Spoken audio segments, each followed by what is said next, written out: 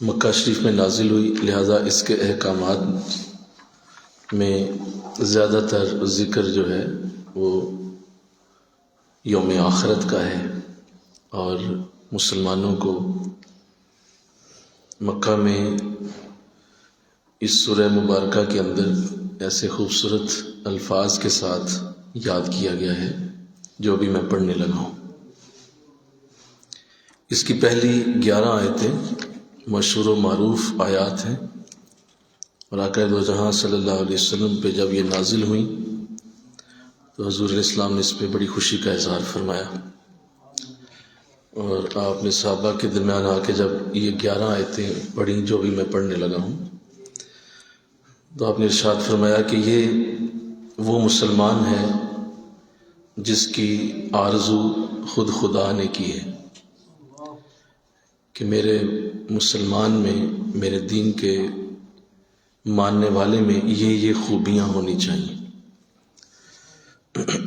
آپ یوں سمجھ لیں کہ یہ 11 آیتیں ایک مسلمان کے لیے اس کی پوری زندگی کا خلاصہ بھی ہیں، اور اس کے لیے بہت خوبصورت انداز میں یہ بتا دیا گیا ہے کہ یہ عادات، یہ خوبیاں تمہارے اندر ہر صورت ہونی چاہیے۔ آئیے آج سے شروع کرتے ہیں، کوشش کرتے ہیں کہ 1 سے 2 نشستوں میں ان 11 آیتوں کو ہم پڑھیں گے۔ بسم اللہ الرحمن الرحیم۔ قد افلح المؤمنون الذین هم فی صلاتهم خاشعون والذین هم عن اللغو معرضون والذین هم للزکاة فاعلون والذین هم لفروجهم حافظون الا على ازواجهم او ما ملكت ايمانهم فانهم غير ملومين فمن ابتغى وراء ذلك فاولئك هم العادون والذین هم لأماناتهم وعهدهم راعون والذین هم على صلاتهم يحافظون اولئك هم الوارثون الذین یرثون الفردوس هم فیہا خالدون۔ صدق اللہ العظیم۔ ترجمہ سنیے۔ اللہ فرماتا ہے قد افلح المؤمنون، بے شک دونوں جہانوں میں کامیاب ہو گئے ایمان والے، الذین هم فی صلاتهم خاشعون، یہ وہ لوگ ہیں جو اپنی نماز میں عاجزی کرتے ہیں، والذین هم عن اللغو معرضون، یہ وہ لوگ ہیں جو ہر بیہودہ بات سے منہ پھیر لیتے ہیں، والذین هم للزکاة فاعلون، اور یہ وہ لوگ ہیں جو زکوٰۃ ادا کرتے ہیں، والذین هم لفروجهم حافظون، یہ وہ لوگ ہیں جو اپنی شرمگاہوں کی حفاظت کرتے ہیں، الا علی ازواجہم او ما ملکت ایمانہم فانہم غیر ملومین، بجز اپنی بیویوں کے اور ان کنیزوں کے جو ان کے ہاتھوں کی ملکیت ہیں تو بے شک انہیں ملامت نہیں کی جائے گی۔ فمن ابتغى وراء ذلك فاولئک هم العادون، تو جس نے اس کے سوا کوئی اور خواہش کی تو یہی لوگ حد سے زیادہ گزرنے والے ہیں۔ والذین هم لاماناتهم وعهدهم راعون، اور یہ وہ لوگ ہیں جو اپنی امانتوں کی حفاظت کرتے ہیں اور اپنے وعدوں کو پورا کرتے ہیں۔ والذین هم علی صلاتهم یحافظون، اور یہ وہ لوگ ہیں جو اپنی نمازوں کی پوری حفاظت کرتے ہیں۔ اولئک هم الوارثون، یہی وہ لوگ ہیں جو میرے وارث ہیں۔ الذین یرثون الفردوس، اور یہ وارث بنیں گے جنت الفردوس کے، ہم فیہا خالدون، جہاں یہ ہمیشہ رہیں گے۔ آئیے ان 11 آیتوں میں ایک بہت بڑا چارٹر ہمارے سامنے رکھا گیا ہے، اور کسی کو کوئی بھول نہ رہے کہ قرآن کسی بھی انداز میں انسان کی کوئی زندگی کی جہت کو چھوڑ دیتا ہے، ایسا نہیں ہے، بلکہ انسان کی زندگی کا کوئی گوشہ ایسا نہیں جہاں سے قرآن اسے رہنمائی نہ دے۔ تو کامیاب ہر کوئی ہونا چاہتا ہے، ہم میں سے ہر کوئی کامیابی ہی چاہتا ہے، ہم کامیاب ہونے کے لیے ہی دن گزارتے ہیں، زندگی بھی اسی لیے گزار رہے ہیں کامیاب ہو جائیں۔ تو کامیابی کی خواہش تو سب کو ہے اور ہونی بھی چاہیے، لیکن کامیابی اصل میں کیا ہے ہم ان آیات میں دیکھتے ہیں جس میں اللہ کامیاب لوگوں کی خوبیاں بیان کر رہا ہے۔ مجھے کہو سبحان اللہ۔ وہ کوالٹیز، وہ خوبیاں جو کامیاب لوگوں کے اندر ہوتی ہیں اس کا ذکر قرآن نے کیا ہے۔ ہم نے جو کامیابی سمجھی ہے یا جو ہم کامیاب ہو کر بننا چاہتے ہیں وہ کچھ اور ہے، قرآن جسے کامیابی کہہ رہا ہے وہ کچھ اور ہے۔ تو ہمیں اپنی سوچ کو کامیابی کے ساتھ اگر جوڑنا ہے تو قرآن کی کامیابی کو پوچھنا ہوگا کہ قرآن کس کو کامیاب کہہ رہا ہے۔ تو فرمایا قد افلح المؤمنون، ایک تو کامیاب وہ ہو گئے جو ایمان والے ہیں۔ تو سب سے پہلی شرط کامیابی کی بولیے ایمان۔ ایمان والے کامیاب ہیں، انہیں کامیاب کہا جا سکتا ہے دنیا میں بھی آخرت میں بھی۔ ایمان والا، کفر والا کامیاب بولو نہیں ہے۔ ایمان کامیابی کی پہلی علامت، اور قرآن ایمان والوں کو ہی کہہ رہا ہے کہ تم ہی کامیاب ہو جاؤ گے، تسلی رکھو۔ تو اللہ ہمیں ایمان عطا فرمائے، آمین کہہ دیجیے۔ اللہ ایمان والوں میں شامل کرے، ایمان کی برکت ہمیں دے، ایمان کا نور ہمیں عطا فرمائے، ایمان کا ذوق دے، شوق دے، کیونکہ قرآن کہہ رہا ہے قد افلح، فلاح پا گئے، کامیاب ہو گئے، بے شک کامیاب ہو گئے المومنون، جو ایمان والے ہیں۔ اب آگے ان مومنوں کی علامتیں بیان کی۔ پہلی علامت الذین هم فی صلاتہم خاشعون، یہ وہ لوگ ہیں جو اپنی نماز میں عاجزی کرتے ہیں۔ پہلا ان کا ذکر کیا گیا۔ نماز چھوڑنے کا تو تصور ہی کوئی نہیں، بولیے نماز چھوڑنے کا کوئی تصور نہیں، بلکہ خوبی بیان کی جا رہی ہے نمازیوں کی۔ ایسی نماز پڑھتے ہیں جو عاجزی والی ہے، عجز والی نماز۔ خاشعون، ان کی نظریں جھکی ہوئی ہوتی ہیں، ان کی نظریں گڑی ہوئی ہوتی ہیں، سر جھکے ہوئے ہوتے ہیں، اور جب وہ نماز پڑھ رہے ہوتے ہیں تو نظر آ رہا ہوتا ہے کہ ایک آقا کے سامنے غلام کھڑا ہے۔ خشیت ہے، ڈر ہے، ایک خاص جسم کے اندر جھکاؤ سا ہے، اور ایک جسم کی کیفیت بتا رہی ہے کہ یہ شخص جو ہے ڈرا ڈرا سا، سہما سہما سا کھڑا ہے۔ تو یہ کیفیت نماز کی اللہ ہمیں دے، آمین کہہ دیجئے۔ اللہ ہمیں دے کہ انسان اپنی ساری توجہ نماز میں اس طرح ڈال دے کہ سوائے اللہ کے اسے کچھ بھی یاد نہ رہے، ہر شے بھول جائے، سوائے اللہ کے ہر شے بھول کے اللہ کی طرف اس کا جو ہے وہ ذہن چل رہا ہو، اور جو زبان پہ وہ پڑھ رہا ہو اس کے معنی اور اس کا مطلب اسے آ رہا ہو کہ اب یہ جو پڑھ رہا ہوں اس سے مراد کیا ہے، اس کا معنی کیا ہے، اور میں کیا بول رہا ہوں، اور اس وقت اس لفظ کو بولتے ہوئے میری حالت کیا ہونی چاہیے، یہ اسے پتا ہو کہ جب وہ الرحمن الرحیم کہہ رہا ہے، مالک یوم الدین کہہ رہا ہے، تو اس وقت اس کی حالت کیا ہے۔ اللہ تو باطن پورے کا پورا نماز کے اندر گڑا ہوا ہو، معنی، مفہوم، ذوق، شوق، آنسو، دل کی دھڑکن تیز ہونا، ایک خاص انداز خشیت کا پوری طرح باطنی طور پہ نماز کے اندر۔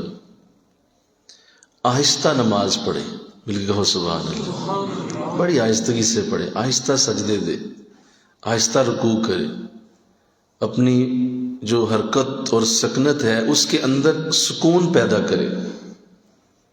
وہ کیا کسی نے کہا تھا کہ جتنا تم نماز کو سکون سے پڑھتے ہو اللہ اتنا ہی سکون تمہاری زندگی میں پیدا کرتا ہے۔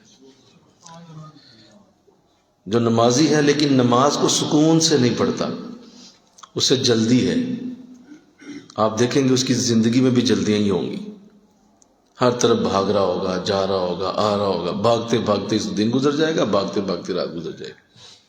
نماز کو سکون سے پڑھنے والے کو آپ دیکھیں گے کہ اس کی زندگی میں ایک عجیب ٹھہراؤ آ جاتا ہے، ٹھہراؤ سا ہوگا، کوئی جلدی نہیں ہوگی، ہر کام وقت پہ ہو رہا ہوگا، خود ہو رہا ہوگا، برکت مل جائے گی، رحمت ملے گی، کیونکہ نماز کو آہستہ پڑھنا یہ بہت بڑا راز ہے، بہت بڑا راز۔ بلکہ اللہ نے تو قرآن کو بھی اسی لیے کہا وَرَتِّلِ الْقُرْآنَ تَرْتِیلًا، تم قرآن جب پڑھو تو رک رک کر پڑھو، ترتیل لاؤ اس کے اندر، رکیں آیات کو۔ دیکھیں میں نے ابھی صرف اتنا پڑھا ہے کہ الذین هم فی صلاتہم خاشعون، میں رک گیا ہوں یہیں پہ، یہ ہے رکنا۔ اس کا مطلب یہ نہیں الذین کہہ کے چپ ہو جاؤ، پھر ہم کہو، پھر چپ ہو جاؤ، فی کہو، پھر چپ، نہیں، یہ مراد نہیں ہے رکنا، سمجھ آ رہی ہے؟ اس سے مراد یہ رک رک کے پڑھو، مطلب رکو اور پھر اس پہ غور شروع کر دو، اس کے اندر جاؤ، گہرائی میں جاؤ۔ اللہ کہہ رہا رک جاؤ، آیت پڑھی ہے اب رک جاؤ اور اندر چلے جاؤ، دیکھو جب تک تمہارا ذہن پوری طرح سے مطمئن نہیں ہو رہا آگے نہ جاؤ۔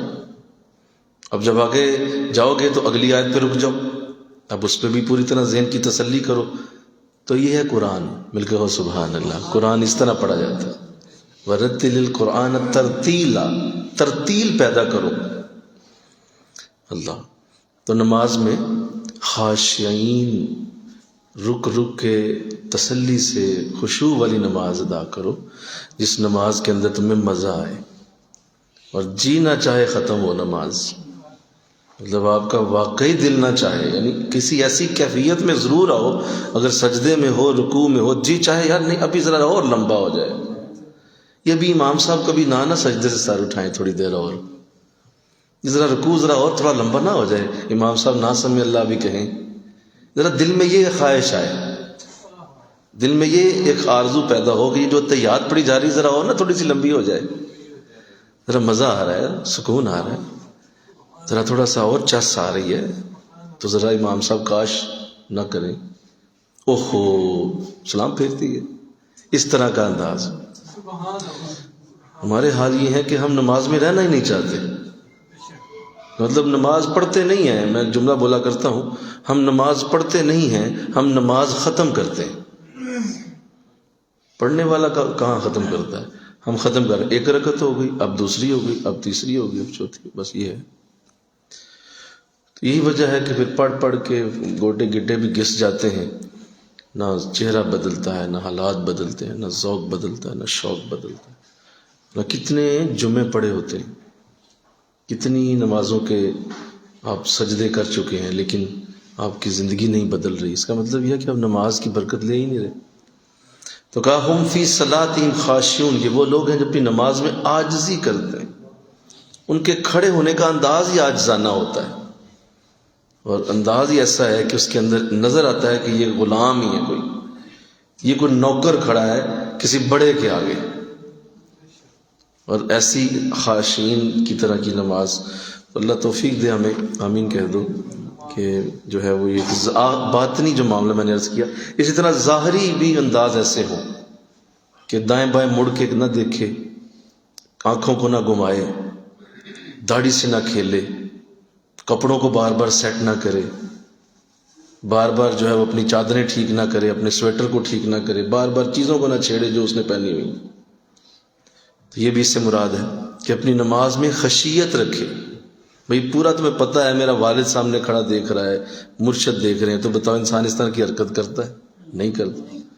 باپ دیکھ رہا ہے، بڑے بھائی جان بیٹھے ہیں، وہ مرشد بیٹھے ہیں، وہ دیکھ رہے ہیں نماز پڑھتے ہوئے، تو کس قدر انسان توجہ رکھتا ہے کہ یار میرا مرشد دیکھ رہا ہے۔ تو جب مرشد دیکھے تو یہ حالت ہو، تو جو اللہ دیکھ رہا ہے تمہیں نماز پڑھتے ہوئے، تو اس وقت کیا حالت ہونی چاہیے، انداز کیسا ہونا چاہیے۔ تو لہذا دائیں بائیں مڑ کے دیکھنا، انگلیاں چٹکانا، کپڑوں کو سمیٹنا، سجدے کی جگہ کو سیٹ کرنا، یہ مناسب عمل نہیں۔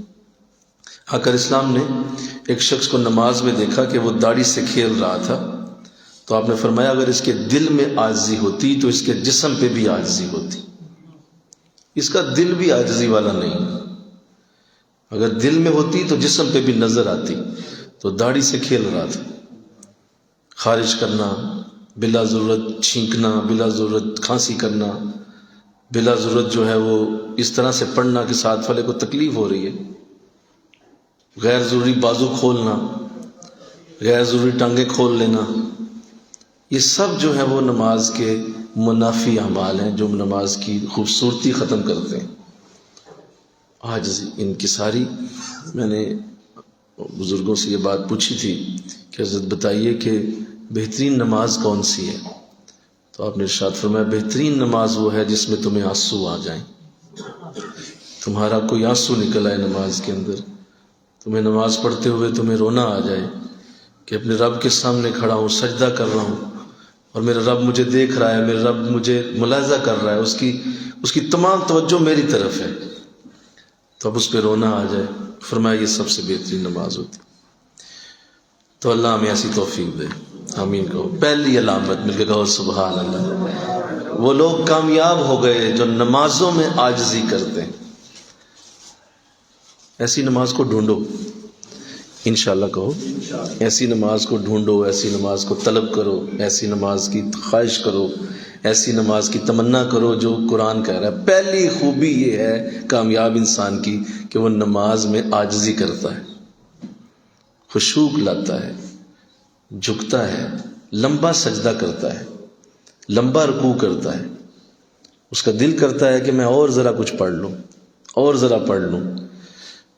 یہ جو لوگ بعض اس میں بھی ساری زندگی گزار دیتے ہیں، یہ 3 دفعہ پڑھنا سنت ہے اس لیے میں تو اٹھ جاتا ہوں چھیتی چھیتی پڑھ کے.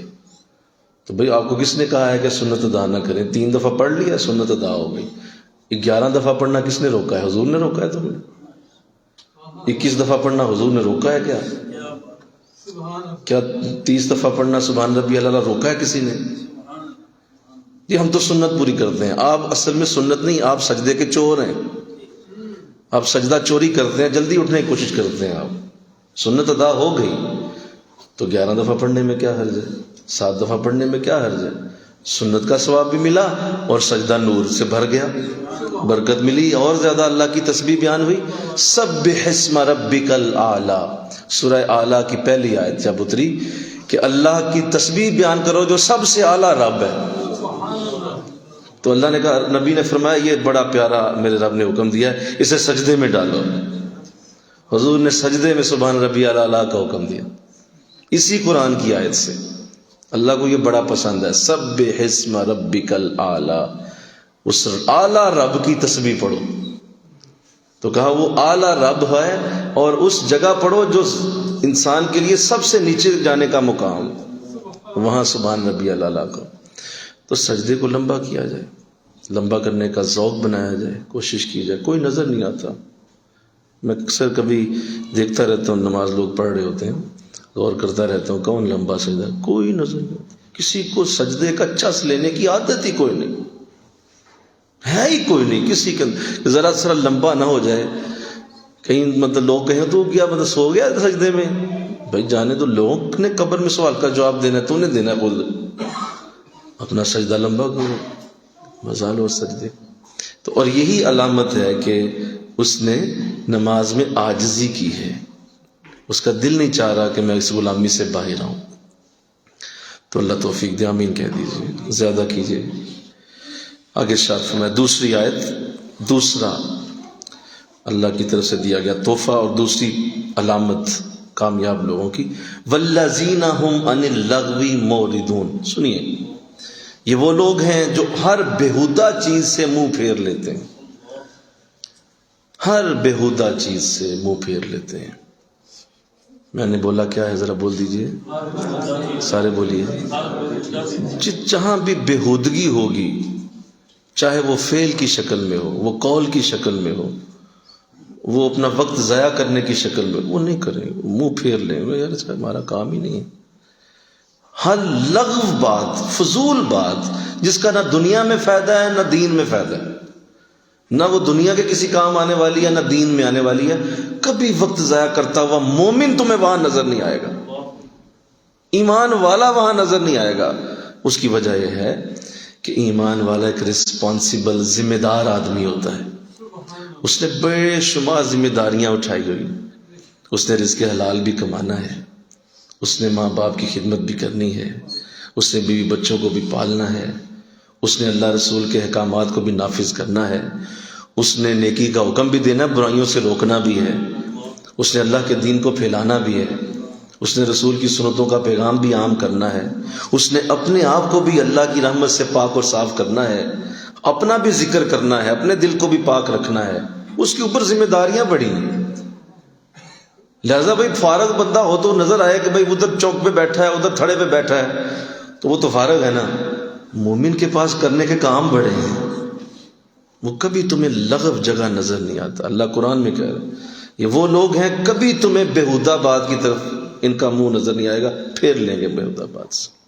یار یہ سارا کام ہی نہیں، سارا دن گجی چارہ کھیلتے رہنا، 12 ٹین لا کے زمین تے واہ کے لگے رہنا، تاش کھیلتے رہنا، اور ایک دوسرے کے ساتھ ہنسنا کھیلنا مذاق اڑانا، اور اس طرح کی فضولیات قسم کی حرکتیں جو بہت لمبا ٹائم ضائع کر دیں انسان کا۔ ایک ایک لمحہ قیمتی، ایک ایک سیکنڈ قیمتی، ایک ایک منٹ تمہارے لیے کروڑوں اربوں خربوں کی جائیدادیں بھی قربان کرو تو واپس نہیں آنے والا، تم ضائع کر رہے ہو۔ تو قرآن کتنی بڑی علامت بیان کر رہا ہے، مل کے کہو نا سبحان اللہ، ذرا کہہ دو نا، کیسی پیاری بات، کتنی خوبصورت بات۔ اگر اسلام نے اسی آیت کے نیچے اپنی حدیث بھی پیش فرمائی۔ حضور اسلام نے ارشاد فرمایا کہ مومن کے اسلام کا حسن یہ ہے کہ وہ ہر لغو بات کو چھوڑ دیتا ہے، یہ اس کے اسلام کا حسن، خوبی، اس کا سونا اسلام ہے، اس کا دین خوبصورت ہے جو فضول باتوں میں تمہیں نظر نہیں آئے گا۔ سارا دن میچ کھیلتے رہو، وقت ضائع ہو رہا ہے، وکٹ اڑ گئی، چھکا لگ گیا، چوکا لگ گیا، بڑا مزہ ہے، بھائی تھوڑی دیر کے لیے کیا بس ٹھیک ہے، یہ سارا دن ہی بیٹھے رہے ہو تم، 5-6 نمازیں بھی قتل ہو گئی ہیں، یہ کیا بات ہوئی؟ کس نے تمہیں کہہ دیا کہ اتنا بڑا تم نے وقت ضائع کر کے تو بڑی خوشی کا اظہار کر رہے ہو؟ سارے ڈرامے دیکھتے رہے، فلمیں دیکھ دیکھ کے وقت ضائع کرتے رہے، لگے رہے وہیں بیٹھے۔ قرآن کہہ رہا ہے یہ ایمان والا نہیں ہو سکتا، یہ کوئی نکما فضول آدمی ہے جس نے کل کو بہت پچھتانا ہے، کیونکہ اس کا وقت ضائع ہو گیا، اس نے بڑا رونا ہے، اس نے بڑا پھر پٹنا ہے، مجھے کسی طرح بچا لو۔ کیسے بچائیں؟ تو نے وقت ضائع کر دیا، تمہارا ٹائم کتنا قیمتی۔ ہم ان لغو معرضون، جہاں بھی لغو ہوگا منہ پھیر لیں گے وہاں سے۔ یار یہ ساڈا کام نہیں، ہم نہیں آپ پہ بیٹھ سکتے، یہ بہت بڑی علامت ہے۔ آمین کہہ دو، اللہ توفیق دے دے۔ اسی جگہ اسی آیت کو ایک اور انداز میں بھی اللہ نے قرآن میں بیان فرمایا ہے، سورہ فرقان کے اندر۔ سورہ فرقان میں اللہ یہ فرماتا ہے والذین مروا، جب وہ لوگ گزر رہے ہوتے ہیں، لغون کسی لغو بات سے کے قریب سے، کوئی لغو بات ہے، فضول بات ہے، لوگ اس میں مصروف ہیں، مروا کراما، تو بڑی عزت سے وہاں سے گزر جاتے ہیں، اپنی عزت بھی قائم رکھتے ہیں وہ لوگ اور گزر جاتے ہیں وہاں سے۔ یہ نہیں کہ مطلب ان کو ٹونٹ کرتے ہیں، ان کو بھی ذلیل کرتے ہیں اور فضول کام کر رہے، بعض ایسی حرکتیں چھوڑ کے نکل جائیں گے، وقت نہیں ہے تبلیغ کا۔ بولیے، اپنی عزت بھی بچاتے ہیں، انہیں بھی کچھ نہیں کہتے۔ مروا کراما، بڑی عزت سے وہاں سے گزر جاتے ہیں، کہتے ہیں ابھی یہ وقت نہیں تبلیغ کا، ابھی یہ فضول کام میں بیٹھے ہیں، میں نے ابھی تبلیغ کی تو آگے سے مجھے جواب دے دیں گے، جاؤ تسی اپنا کام کرو جا کے۔ تو وہ کبھی بھی ایسے نہیں کرتے، ہاں اپنی عزت محفوظ کر لیتے ہیں، نکل جاتے ہیں وہاں چپ کر کے۔ آپ دیکھیں آج دنیا جن کاموں میں پڑی ہوئی ہے اور جس طرح کی اس وقت آپ کے سامنے حالت ہے لوگوں کی، آپ کیا سمجھتے ہیں کہ لوگ کیا دین پہ عمل نہیں کر سکتے؟ ضرور کر سکتے ہیں۔ پورے دن میں ایک شخص سے 24 گھنٹوں میں آپ 5-6 نمازوں کو آپ ان کے ٹائم کو جمع کریں تو صرف 22 منٹ بنتے ہیں۔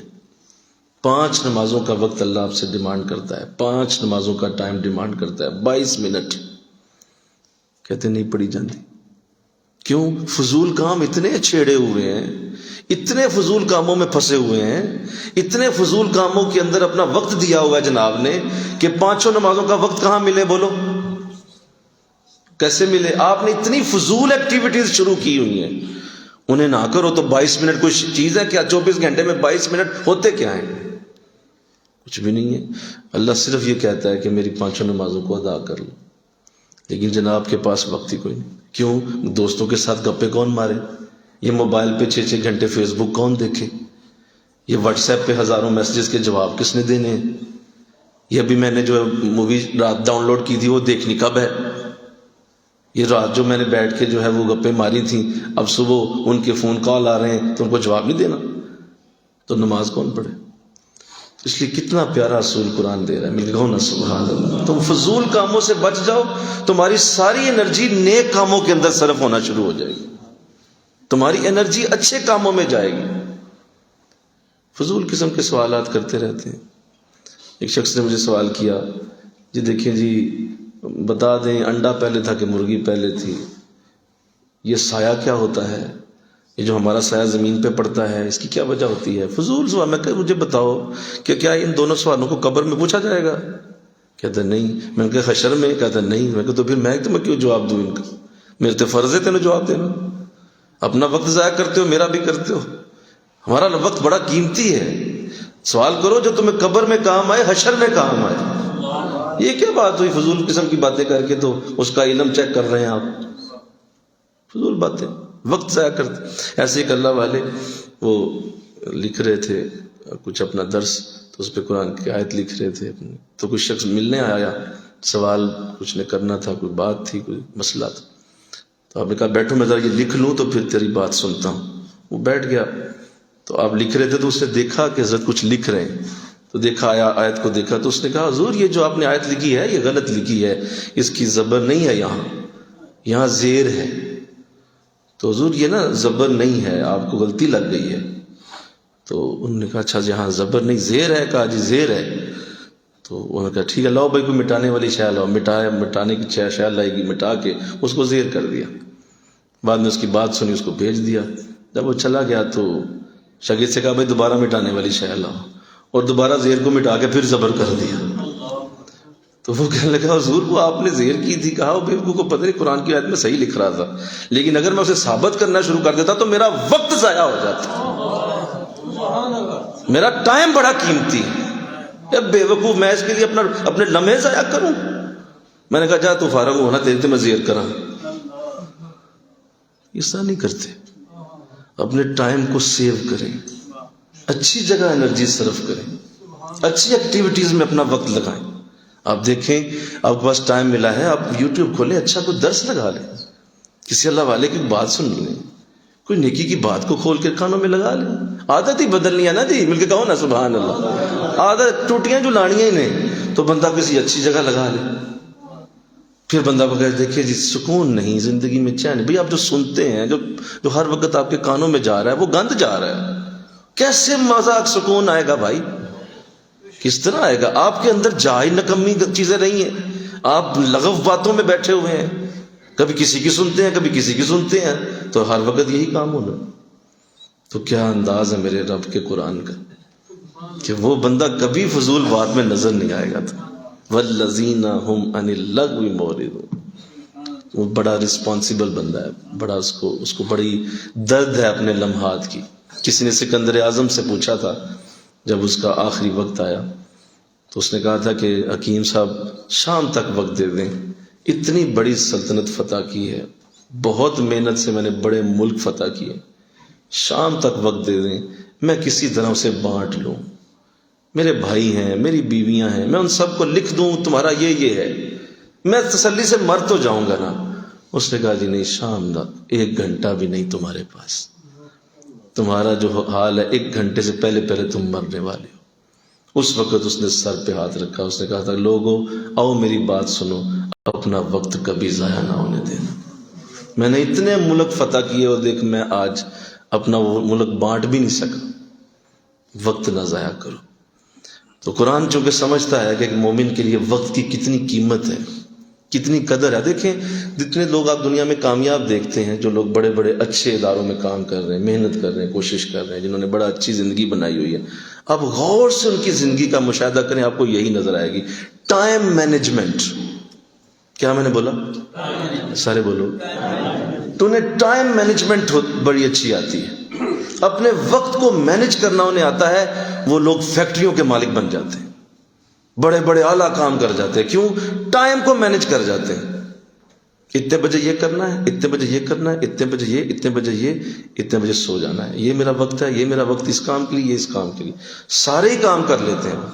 اور سنیے، آپ زندگی میں فیل لوگوں کا ڈیٹا نکال لیں، نکمے لوگوں کا ڈیٹا نکالیں، آپ دیکھیں گے کہ یہ لوگ فضول کاموں میں بیٹھ کے وقت ضائع کرتے تھے، بس یہی کام کرتے تھے، بیٹھے رہتے تھے، سگریٹ پی رہے ہیں، گپے مار رہے ہیں، وقت گزر رہا ہے، پاکستان کو گالیاں دے رہے ہیں، نواز شریف کو گالیاں دے رہے ہیں، نظام بہت خراب ہو گیا ہے، ملک بہت خراب ہو گیا ہے، فلاں دیکھیں کیا کر رہا ہے فلاں۔ تو کی کرنا ہے پھر؟ تیری اپنی زندگی کتنی کامیاب ہے؟ کیا تو نے کمایا آج تک؟ کیا بچوں کے لیے بنایا؟ کیا تو نے اپنے لیے بنایا؟ کیا اللہ رسول کے لیے بنایا؟ کیا دین کے لیے کچھ کیا؟ یہ کوئی پتہ نہیں۔ دنیا جہان کی تفصیلات سن لیں جناب سے، فضول باتوں میں لگے رہیں گے لوگ۔ اور نکالیں نکمے لوگوں کا ڈیٹا۔ سب سے پہلی چیز mismanagement of time, time manage نہیں کرتے، اپنے ٹائم کو درست جگہ لگاتے نہیں، فیل ہو جاتے ہیں۔ یہ بچے کلاسوں میں کیوں فیل ہوتے ہیں؟ بولو نا ذرا سارے، اور بول دو نا یار، کیوں فیل ہوتے ہیں؟ کیا استاد نے غلط پڑھایا تھا؟ کیا کتابیں غلط لکھی گئی ہیں؟ کیا سوال غلط ہے؟ کیا جواب غلط ہے؟ کیا انہیں نظر نہیں آ رہا تھا؟ اینک لگانی پڑ گئی تھی؟ کیا مسئلہ کیا بنا؟ نہ استاد نے صحیح پڑھایا، اچھا جی نہیں پڑھایا جی، استاد نے صحیح پڑھا، تو جو فرسٹ آ گیا وہ کیسے آیا؟ وہ سیکنڈ کیسے آ گیا؟ بندہ تھرڈ کیسے آ گیا؟ تو کلّا فیل ہو گئے۔ اس کی وجہ یہ ہے کہ تو نے ٹائم کو مینج نہیں کیا، تو نے وقت ضائع کر دیا۔ ایسا ان فضول چیزوں کو چھوڑ کے اگر تو اپنے ٹائم میں بیٹھتا تو آج تو بھی بڑا آدمی ہوتا۔ نہیں منن دے، کہتے ہیں نہیں میں تو، بندہ تفریح بھی تو کرنی ہے نا۔ دیکھیں جی دل کو بھی تو راضی رکھنا ہے۔ اچھا جی لگے رہیں پھر آپ۔ تو یہ ہے فضول اور فیل لوگوں کی داستان جو آپ کے سامنے رکھی ہے، اور مومن کبھی فیل اور فضول نہیں ہوتا۔ بلکہ کہو سبحان اللہ، کامیاب ترین آدمی ہوتا ہے وہ۔ ہر شے اللہ نے دی ہوتی ہے، برکت دی ہوتی ہے، رحمت دی ہوتی ہے۔ کیوں؟ Time management. ٹائم مینجمنٹ سیکھنی ہے تو آؤ میرے نبی سے سیکھو۔ آقا دو جہاں کا وقت کس طرح سے ٹائم کے ساتھ تھا، کیا آپ کا ایک دن گزرتا تھا، ایک پورے دن کا ڈیٹا نکالیں۔ اچھا اندازہ یہ ہے، میرے نبی کے انداز یہ تھے، ایک دن کا آپ ڈیٹا نکال کے حضور کا وہ دن دیکھیں، آخری دن بھی آپ کی وہی روٹین رہی تھی، یہاں تک کہ مدینہ چلے گئے پھر بھی روٹین نہیں بدلی، مکہ تھے پھر بھی نہیں بدلی، ساری زندگی ایک ہی روٹین پہ گزری ہے۔ یہ وقت وہاں جانا ہے، یہ وقت وہاں جانا ہے، یہ وقت وہاں کرنا ہے، یہ وقت وہاں بیٹھنا۔ لمبی بات ہوگی، میں وہ لمبا لیکچر ہو جائے گا، تسلی سے آپ اسی دن حضور کے ایک دن کا ڈیٹا کھولیں، وہی ہر دن ہے، ہر روز، کبھی روٹین نہیں بدلی تھی۔ صحابہ کو پتا تھا عشاء ہو گئی ہے، اب حضور نے کسی سے نہیں ملنا، نیور، کوئی ملاقات نہیں عشاء کے بعد، ختم۔ کسی وفد کو اجازت نہیں، کسی صحابی کو اجازت نہیں، الا کہ وہ جنگ کا اعلان نہ ہو جائے، ورنہ حضور کسی سے نہیں ملیں گے۔ اب آرام کا وقت ہے، حضور جا کے آرام کرنے تشریف لے جاتے، سو جاتے آپ، پورا ٹائم ڈیوائیڈ کیا ہوا ہے۔ تو اللہ توفیق دے، آمین کہو۔ اپنی زندگی کے شب و روز کو دیکھنا شروع کریں، اور ان میں سے ایک ایک کر کے فضول کاموں کو آہستہ آہستہ آہستہ آہستہ آہستہ آہستہ دور کرنا شروع کر دیں کہ یار یہ نہیں میں نے کرنا، وہ فضول کام میں کیا کرنا، اس کی جگہ یہ کر لیتا ہوں، اس کی جگہ یہ کر لیتا ہوں، اس کی جگہ یہ کر لیتا ہوں۔ ایک سال میں آپ دیکھیے کہ آپ کی لائف کہاں جاتی، ایک سال بڑی دور ہے، 6 مہینے میں دیکھ لیجئے گا، زندگی کہیں سے کہیں پہنچ جائے گی، علم بڑھ جائے گا، شعور بڑھ جائے گا، نالج زیادہ ہو جائے گا، برکت مل جائے گی۔ اب دیکھیں نا، آپ یہاں بیٹھے ہیں، آپ نے آ کے ٹائم مینج کیا کہ آپ نے آ کے چلو قرآن سنوں گا، جلدی پہنچتا ہوں، تو آپ نے آ کے یہ چیزیں برکت ملی، کچھ حضور کی حدیثیں، قرآن کی آیتیں آپ کے کانوں میں جا رہی ہیں، نور مل رہا ہے، سرور مل رہا ہے۔ اور وہ جو اس وقت گھر میں ابھی بیٹھا ہوا ہے، ذرا میں جاننا بس ہمیں جاننا، بتاؤ اسے یہ ملا؟ بولو ضائع ہو گیا۔ بیٹھا ہوا ہے گھر میں، چلو آرام سے چلتے ہیں، کوئی بات نہیں، جمعہ پڑھنا ہی پڑھنا ہے، لیکن یہ قرآن کا نور تو گیا نا ہاتھ سے، یہ وقت تو گزر گیا، یہ آیات تو گئی، یہ حدیثیں تو آگے نکل گئیں، وہ وقت کبھی واپس نہیں آئے گا۔ اب وہ جمعہ آ کے بے شک پڑھ بھی لے، لیکن وہ آپ کے مقابل کھڑا نہیں ہو سکتا زندگی بھر، کیونکہ آپ نے یہ آیتیں زیادہ سن لی، آپ نے یہ نور زیادہ لے لیا ہے، کیونکہ آپ وقت سے آئے، آپ بیٹھ گئے، آپ نے آ کے بیٹھ کے قرآن کی آیات کو پہلے سن لیا۔ آپ اس کا اندازہ صرف اسی بات سے لگائیں کہ آقا دو جہاں جب مدینہ تشریف لائے تو چند صحابہ جنہوں نے اس وقت ہجرت نہیں کی تھی، کچھ سالوں بعد ہجرت کی، کچھ سالوں بعد حضور کی خدمت میں حاضر ہوئے. میں دیکھے ٹائم مینجمنٹ کتنی چیز ہے کہ وہ آ گئے حضور کے پاس، ہجرت کر لی، 3-4 سال گزر چکے تھے، لیکن ظاہر ہے وہ نہیں آ سکے. جب حضور پہلی بار جب آپ مکہ سے مدینہ آئے تو وہ نہیں آ سکے. کیوں؟ بیویوں نے روک لیا، کاروباروں نے روک لیا، دوست احباب نے روک لیا، رشتہ داروں نے کہا اور تو ہمارا سب کچھ چھوڑ چھاڑ کے جا رہا ہے. تو اتنا کچھ ہوا، بچوں نے کہا جی رہنے دیتے ہیں، چلے جائیں گے، رک گئے. اب 4-5 سال بعد وہ آئے دوبارہ، بولو، وہ آ گئے، مدینہ پہنچ گئے. جب پہنچے آئے تو دیکھا آگے تو حالات ہی بدل چکے. وہ صحابہ جو ان کے یار تھے، دوست تھے بچپن کے، ان کی تو اب پکڑا ہی نہیں دیتی کوئی بات. ان کا ذہن کچھ اور ہے، شعور کچھ اور ہے، برکت کچھ اور ہے، چہرہ ہی بدل چکا ہے. وہ تو باتیں ہی کچھ اور کرتے ہیں. وہ بیٹھتے ہیں تو کبھی جنت کی گفتگو شروع ہے، کبھی دوزخ کی بات چل رہی ہے، کبھی اللہ کی کوئی معرفت کی گفتگو ہو رہی ہے، کبھی وہ سورہ کہف کو کھول رہے ہیں، کبھی وہ جو ہے وہ بنی اسرائیل کے واقعات کھول کے باتیں کر رہے ہیں، کبھی نبیوں کی گفتگو چل رہی ہے. اب وہ منہ اٹھا کے بیٹھے ہوئے چپ کر کے، اس کی سنتے ہیں، کبھی اس کی سنتے ہیں، پھر اس کی سنتے ہیں، پھر ادھر سنتے ہیں. اب وہ چپ کر کے بیٹھے خاموش ہیں. جو آپ کیا دیں، یہ اس سے بات کرتا ہے، وہ اس سے کرتا ہے، یہ چپ کر کے بیٹھے ہوئے ہیں. انہیں سمجھ آ گئی کہ بات کچھ اور ہے. اٹھے حضور کی خدمت میں گئے، جو صحابہ آئے تھے حضور کی بارگاہ میں حاضر ہوئے. فرمایا حضور آپ سے بات کرنی ہے. بات یہ کرنی ہے کہ ہمیں اجازت دیں، ہمیں بڑا نقصان اٹھانا پڑ گیا. کیوں؟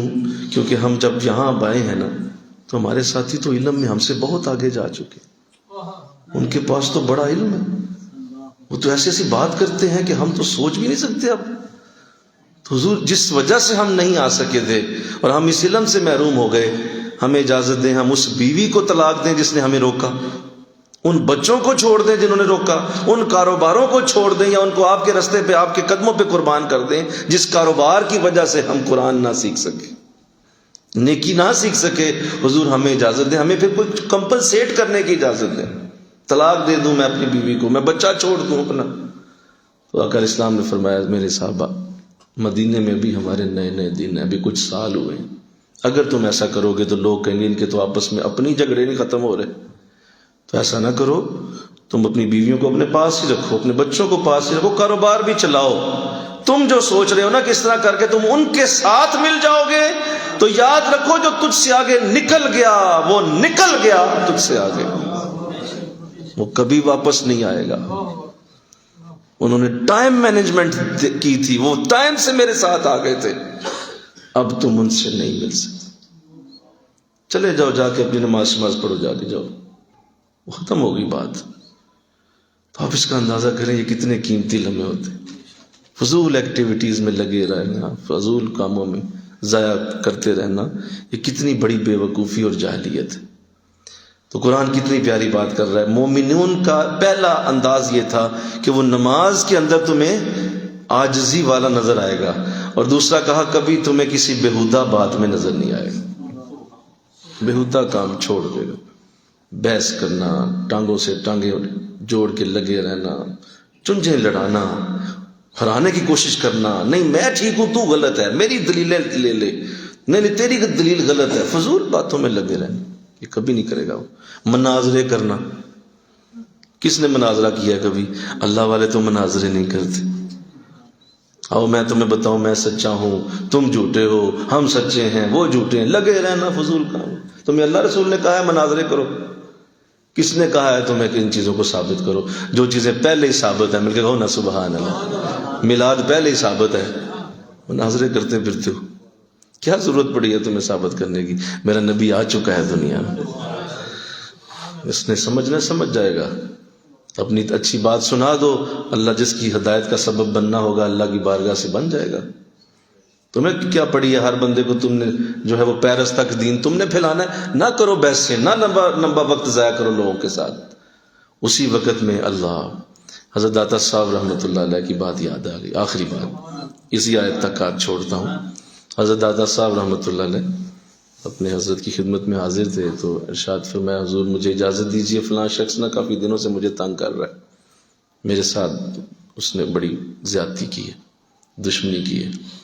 تو میں پہلے برداشت کرتا رہا ہوں، لیکن آج مجھے خبر دی گئی ہے اس نے میرے بارے میں یہ بھی کہا ہے، تو مجھے ذرا اجازت دے دیں میں جا کے اس سے ذرا پوچھوں، اس سے بات کروں، اسے ذرا ثابت کروں کہ تو بھائی مجھے نہ غلط ثابت کر، بتا تیرا مسئلہ کیا ہے۔ یہ داتا صاحب کی بات سنا رہا ہوں، مل کے کہو نا سبحان اللہ، عام شخص کو نہ سنیے گا، داتا صاحب ہیں یہ، بہت بڑی ہستی۔ تو کہا حضور اجازت دیجئے کہ میں، اور مجھے دعا بھی دیجئے کہ آپ کی دعا بھی میرے پیچھے ہوگی تو میں جا کے اچھی بحث کر لوں گا، اچھی طرح سمجھا لوں گا اسے۔ سنیے ٹائم مینجمنٹ۔ تو آپ نے فرمایا بیٹا اچھا جا رہے ہو پھر؟ کہا جی بالکل مجھے اجازت دے دیں۔ کہا اچھا جا ہی رہے ہو تو اس سے بہتر نہ بات بتاؤں تمہیں کوئی؟ ہائے ہائے، اس سے بہتر بات ہو جائے، تم جو چاہ رہے ہو اس سے بہتر ہو جائے۔ دیکھو نا، تم جو چاہ رہے ہو کہ تم ایسا کرو گے تو چلو تمہاری نظر میں بہتر ہے، ٹھیک ہے، میں تمہیں جو بتانے والا ہوں وہ اس سے بھی بہتر ہے۔ تو فرمایا حضور تو پھر آپ بتا دیں، وہ کیا آپ چلا آپ بہتر بتا سکتے ہیں، بتائیں کیا کروں؟ فرمایا بیٹا جتنی دیر جا کے اس سے بحث کرو گے، ادھر میرے پاس ذرا سائڈ پہ ہو کے بیٹھ جاؤ، اللہ اللہ کر لو اتنی دیر۔ ہائے ہائے ہائے ہائے، میں کہو نا سبحان اللہ، اتنی دیر کیا کر لو؟ Time management. اتنی دیر ذرا اللہ اللہ کرو، بیٹھو ادھر کونے میں بیٹھو، وہ خود ہی آ کے تیرے پاس معافی مانگے گا، وہ آ جائے گا، خود ہی کہے گا یار مجھے معاف کر دے، میں ہی غلط تھا۔ نہ اپنا سر پھوڑو جا کے لوگوں کے ساتھ، نہ دوسروں کو جا کے منانے کی اس طرح کو، نہ چھوڑو، اپنے رب کا ذکر کرو اتنی دیر، اللہ تمہیں برکت دے دے۔ یہ کشف المحجوب میں آپ نے لکھا کہ اس وقت کو ضائع نہ کرو، وہاں جا کے کیا کرو گے؟ وہ تمہیں 2 سنائے گا، تم اسے 3 سناؤ گے، وہ تمہیں 6 سنا دے گا۔ بولو ایسے ہی ہوگا، بولو، زبان تو نہیں کسی کی آپ پکڑ سکتے، وہ 6 سنائے گا، تم 20 سناؤ گے، وہ 40 سنا دے گا۔ کدھر جاؤ گے؟ چھوڑو، بیٹھو اللہ اللہ کرو، یہاں بیٹھ کے تمہیں کامیابی مل جائے گی، فضل ہو جائے گا۔ تو یہ میرے رب نے جو قرآن میں فرمایا ہے، اگر اسی پہ عمل ہو جائے تو ہماری زندگیوں میں سے بہت ساری رکاوٹیں ختم ہو جائیں، بہت ساری نحوستیں ختم ہو جائیں۔ فضول ایکٹیویٹیز سے اپنے بچوں کو بچاؤ، انشاءاللہ کہو، اچھے کاموں میں ان کو لگاؤ، انہیں کہو بیٹا یہ ایکٹیویٹی اچھی ہے، اسے کرو، اسے ایکسرسائز کرواؤ، اسے اچھی کوئی بیٹھ کے کوئی ایسی چیز بتاؤ کہ بیٹا یہ کام کر لو، یہ تمہارے لیے بہتر ہے۔ اپنے بچوں کو بھی اچھی ایکٹیویٹیز کی طرف راغب کرو، ان کا وقت کسی ایسی جگہ پہ نہ گزرنے دو جو ایسی ایکٹیویٹی ہے جس کا کوئی فائدہ نہیں۔ تم دیکھو گے ان کے اندر بھی خوبیاں پیدا ہو جائیں گی، ان کے اندر بھی اچھی عادتیں پیدا ہو جائیں گی، ان کے اندر بھی اللہ ایسی اعلیٰ برکتیں پیدا کرتے ہیں۔ اپنے گھر کے اندر ماحول بناؤ اچھی ایکٹیویٹیز کا، قرآن، نیکی، نماز، درس، ان چیزوں کے اندر راغب کرو لوگوں کو، تاکہ لوگوں کے وقت ضائع نہ ہو۔ تو آج 2 آیتیں پڑھی ہیں، اللہ مجھے بھی توفیق دے، آمین کہہ دیجیے، اللہ اور برکت دے، اللہ ہم سب کو قرآن کی برکت اور نور عطا فرمائے، وما علینا الا البلاغ۔ سنتے ہیں آپ